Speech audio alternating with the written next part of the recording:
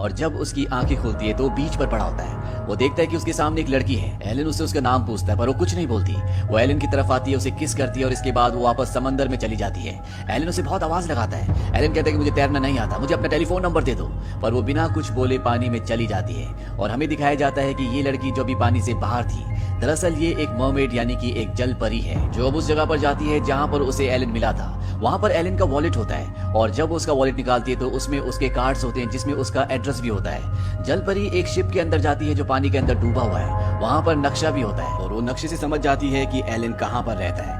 वहीं Elon New York वापस आ जाता है और अपनी पुरानी बोरिंग लाइफ जीना शुरू कर देता है। यहाँ पे जो मर्मेड जल परी होती है ये भी न्यूयॉर्क पहुंच जाती है और बिना कपड़ों के पानी से बाहर निकल जाती है। उसे बिना कपड़ों के देखकर वहाँ पर जितने भी लोग होते हैं सबके सब एक्साइटेड हो जाते हैं। वो उसके चारों तरफ भीड़ लगा लेते हैं, इसीलिए पुलिस को यहाँ पर आना पड़ता है और पुलिस उसे एक टी शर्ट पहनाकर अपनी बोट में इस जगह से ले जाती है। उसके पास एलन का वॉलेट है जिसमें उसके कार्ड्स हैं, इसीलिए पुलिस एलन को कॉल करके पुलिस स्टेशन बुला लेती है। एलन जब पुलिस स्टेशन आता है तो वो देखता है कि वहाँ पर वही लड़की है जिसने उसे केप कोड के बीच पर किस किया था। एलन उसे देखकर खुश हो जाता है और वो मर्मेड एलन को देखकर उसके पास आती है, उसे एक बार फिर से किस करती है, लेकिन ये बोल नहीं सकती। ये मर्मेड जब पानी में होती है तो इसकी पूंछ होती है, पर जब ये बाहर होती है तो इंसानों की तरह इसके पैर होते हैं। एलन इस लड़की को अपने घर ले आता है जहाँ पर ये दोनों फिजिकली एक दूसरे से बहुत क्लोज आ जाते हैं और एलन जिसकी जिंदगी में सिर्फ उदासी थी, निराशा थी, उसे जिंदगी में कोई खुशी का एहसास नहीं होता था, अब वो बहुत खुश होता है और जब वो काम पर जाता है तो अपने भाई के साथ डांस भी करता है। वहीं घर पे मर्मेड को दिखाया जाता है जो टीवी पर एक फैशन शो देख रही होती है। इसमें लड़कियों ने बहुत अच्छे अच्छे कपड़े पहने होते हैं और शो में एक स्टोर का नाम बताया जाता है जिसका नाम होता है ब्लूमिंगडेल्स।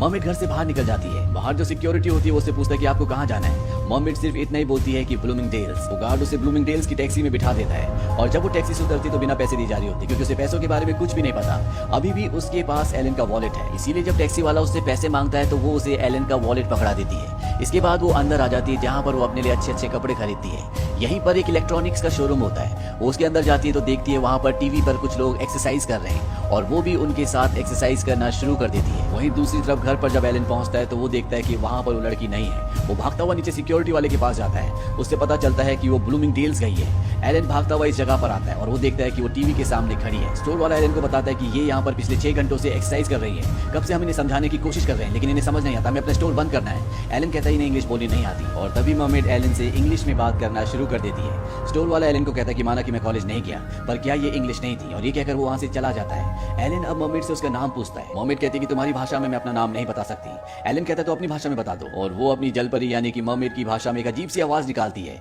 जिससे यहाँ पर बहुत सारे टीवी फूट जाते हैं। एलन कहता है कि मैं इसके पैसे भर दूंगा। ये दोनों के दोनों बाहर आ जाते हैं। बाहर आने के बाद एलन उस लड़की से यानी कि मर्मेड से पूछता है कि तुम्हें तो बोलना नहीं आता था, फिर तुमने बोलना कैसे सीखा। वो कहती है कि टीवी से। दरअसल 6 घंटों में उसने इंग्लिश सीख ली होती है। एलन उससे पूछता है क्या तुम केप कोड से हो, कहती कि नहीं।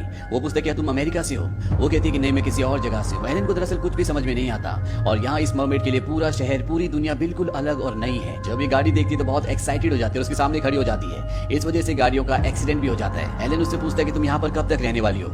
वो कहती है कि 6 दिनों तक। 6 दिनों के बाद पूरे चांद की रात है और तब मैं यहाँ से चली जाऊंगी। एलन इसका नाम नहीं ले सकता, इसीलिए इसका नाम मेडिसन रख देते हैं। अब एलन मेडिसन को बोलता है कि वैसे तो मैं तुम्हारे लिए होटल बुक करने वाला था पर मुझे नहीं लगता कि तुम होटल में रह पाओगी, क्या तुम मेरे साथ रहना पसंद करोगी। मेडिसन बोलती है कि मैं तुम्हारे साथ ही रहना चाहती हूँ, इसीलिए मैं यहाँ पर आई हूँ। और ये दोनों अब एलन के घर पर रहते हैं। रात को मेडिसन उठती है और वो बाथ टब में पानी भरती है और उसके अंदर लेट जाती है और ऐसा करने से उसके जो पैर होते हैं वो टेल में बदल जाते हैं। पर तभी बाहर यहाँ एलन आ जाता है। एलन उसे दरवाजा खोलने के लिए बोलता है। वो जल्दी से अपने पैर यानी कि अपनी पूंछ सुखाती है और जब तक एलन अंदर आता है तो उसकी जो पूंछ यानी कि टेल होती है वो पैर में बदल चुकी होती है। एलन उसके इस पूरे बिहेवियर से बहुत हैरान होता है पर फिर भी अब उसे मेडिसन से प्यार हो चुका है। वहीं केप कोड के समंदर में उसी वैज्ञानिक को दिखाया जाता है जिस वैज्ञानिक से एलन मिला था। जब वो वैज्ञानिक समंदर में अपने क्रू मेंबर्स के साथ होता है तो वो देखता है कि उसका एक साथी अखबार पढ़ रहा है और जब वो उस अखबार को देखता है तो उसके फ्रंट पेज पर वही न्यूज होती है कि किस तरह से एक लड़की यानी कि मेडिसन बिना कपड़ों के स्टैच्यू ऑफ लिबर्टी पर पाई गई। वो उस लड़की की फोटो देखता है और वो पहचान जाता है कि ये मर्मेड है क्योंकि जब वो एक बार पानी में गोता लगा रहा था तो उसने मेडिसन को देखा था, इसीलिए वो वापस न्यूयॉर्क आ जाता है। हालांकि वो अपने साथी साइंटिस्ट को बताने की कोशिश भी करता है पर उस पर कोई विश्वास नहीं करता। उसका सीनियर उसे गुस्से से कहता है कि तुम्हें हमारे साथ नहीं बल्कि किसी कॉमिक्स कंपनी के साथ काम करना चाहिए। यहाँ पर उसका एक दूसरा सीनियर भी होता है। वो कहता है कि मर्मेड होती है। उसका सीनियर पूछता है कि अगर वो मर्मेड है तो उसके पैर कैसे आ गए। वो वैज्ञानिक बताता है कि जब मर्मेड पानी से बाहर आती है तो उसके पैर इंसानों की तरह हो जाती है और जब वो पानी के अंदर जाती है तो उसके फिन्स निकल आती है और मैं साबित करके रहूंगा कि वो लड़की एक मर्मेड है। उसका सीनियर बोलता है क्या तुम उसके ऊपर सबके सामने पानी फेंक दोगे और लोगों को दिखाओगे कि उसके फिन्स हैं। यहाँ से उसे एक आइडिया आ जाता है और इसके बाद वो मेडिसिन और एलन का पानी की बाल्टी भर के पीछा करना शुरू कर देता है। वो एक जगह देखता है कि मेडिसिन रुकी है और वो दोनों बाल्टी पानी उसके ऊपर फेंक देता है और अगले पल उसे एहसास होता है कि उसने गलत लड़की के ऊपर पानी फेंक दिया। उसके साथ जो उसका बॉयफ्रेंड होता है वो उस वैज्ञानिक को बहुत बुरी तरह से मारता है। वहीं अब एलन और मेडिसिन स्केटिंग करने के लिए जाते हैं और वहाँ पर एलन मेडिसिन से पूछता है क्या तुम मुझसे शादी करोगी। मेडिसिन साफ मना कर देती है। वो कहती है मेरे पास सिर्फ 3 दिन है और मैं इन 3 दिनों को एंजॉय करना चाहती हूँ। इस बात से एलन को अच्छा नहीं लगता। वो कहता है मैं तुम्हारे साथ साथ बूढ़ा होना चाहता हूँ, तुम्हारे बारे में सब कुछ जानना चाहता हूँ। मेडिसिन कहती है कि मैं तुम्हें नहीं बता सकती। एलन उससे गुस्सा हो जाता है। वो कहता है तुम कौन सी जगह से आई हो जहाँ पर लोग बोलते नहीं, जहाँ पर लोग कपड़े नहीं पहनते, वहाँ पर लोग म्यूजिक नहीं सुनते। और इस बात से नाराज होकर मेडिसिन वहाँ से भाग जाती है। एलन पूरी रात उसे ढूंढता है पर मेडिसिन उसे नहीं मिलती। अगली सुबह मेडिसिन को दिखाया जाता है जो समंदर के किनारे खड़ी होती है। वो सोच रही होती है कि उसे वापस जाना चाहिए कि नहीं, पर वो समंदर में नहीं जाती और एलन के पास वापस आ जाती है और वो कहती है कि हाँ मैं तुमसे शादी करूंगी पर पहले मैं तुम्हें सब कुछ अपने बारे में बता देना चाहती हूँ। एलन कहता है कि हाँ मैं सब कुछ सुनना चाहता हूँ। मेडिसिन कहती है कि अभी नहीं और ये दोनों वापस अपने घर पर आ जाते हैं और यहाँ पर दिखाया जाता है कि वो वैज्ञानिक भी इनका इंतजार कर रहा होता है ताकि वो मेडिसिन को भिगाकर उसकी असलियत पूरी दुनिया को बता दे। एलन और मेडिसिन जब लिफ्ट में होते हैं तो भागता हुआ सीढ़ियों से ऊपर जाता है और वहाँ पर जो फायर वाटर पंप होता है उसे तोड़कर लिफ्ट के आगे खड़ा हो जाता है और जैसे ही दरवाजा खोलता है वो पानी फेंकना शुरू कर देता है। पर यहाँ पर एलन और मेडिसिन नहीं होती बल्कि वही कपल होता है जिसके ऊपर ये वैज्ञानिक पहले भी पानी फेंक चुका है और एक बार फिर से इस वैज्ञानिक को वो आदमी बहुत बुरी तरह से मारता है। दरअसल एलन मेडिसिन को लेकर वापस चला जाता है। वो कहता है कि मैं आज ही रात को तुमसे शादी करूंगा, पर आज रात को इन्हें प्रेसिडेंट की एक पार्टी में डिनर करने के लिए भी जाना है। ये दोनों के दोनों वहाँ पर पहुंच जाते हैं और वैज्ञानिक एक बार फिर से यहाँ पर आता है। उसने पानी की टंकी को अपने कंधे पर कपड़ों के पीछे छुपाया होता है और उसका जो फ्रंट कंट्रोल होता है वो उसके हाथ में होता है। पर इससे पहले कि यहाँ पर वो मेडिसिन को भिगाता, यहाँ पर प्रेसिडेंट के जो सुरक्षा कर्मचारी होते हैं वो उसे पकड़ लेते हैं, उसे पकड़कर बाहर ले जाते हैं। यहाँ पर बहुत सारी मीडिया भी आ जाती है। वहीं अंदर मेडिसिन एलन को कहती है कि मैं तुम्हें अपने बारे में सब कुछ बताना चाहती हूँ। ये दोनों भी पार्टी से बाहर आ जाते हैं और इससे पहले कि ये अपनी गाड़ी में बैठते वो वैज्ञानिक मेडिसिन को देख लेता है और पानी से उसे भिगाना शुरू कर देता है और कुछ ही देर में दिखाया जाता है कि मेडिसिन के जो पैर होते हैं वो एक मर्मेड की पूंछ में बदल जाते हैं और ये देखकर यहाँ पर एलन और जितने भी लोग होते हैं पूरी तरह से शॉक्ड हो जाते हैं। और अगले पल हमें दिखाया जाता है कि वैज्ञानिकों ने पिछले 12 घंटों से एलन को पानी में बिना कपड़ों के खड़ा कर रखा होता है। उन्हें लगता है कि ये भी मर्मेड की तरह पानी का कोई जीव है। एलन चिल्ला चिल्लाकर कहता है कि मैं बदलने वाला नहीं हूँ, मैं इंसान हूँ।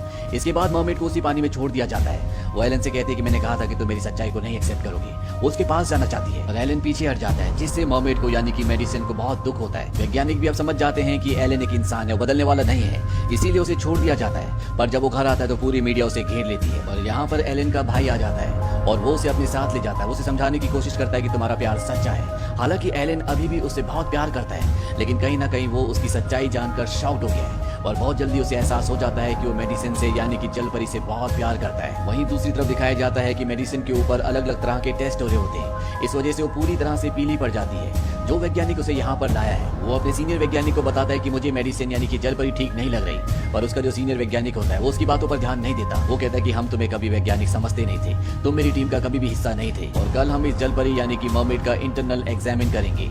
इस बात से उस वैज्ञानिक को एहसास होता है कि कहीं ना कहीं उसने गलती की और अब वो मेडिसिन के लिए कुछ नहीं कर सकता क्योंकि वो सरकार की सुरक्षा में है।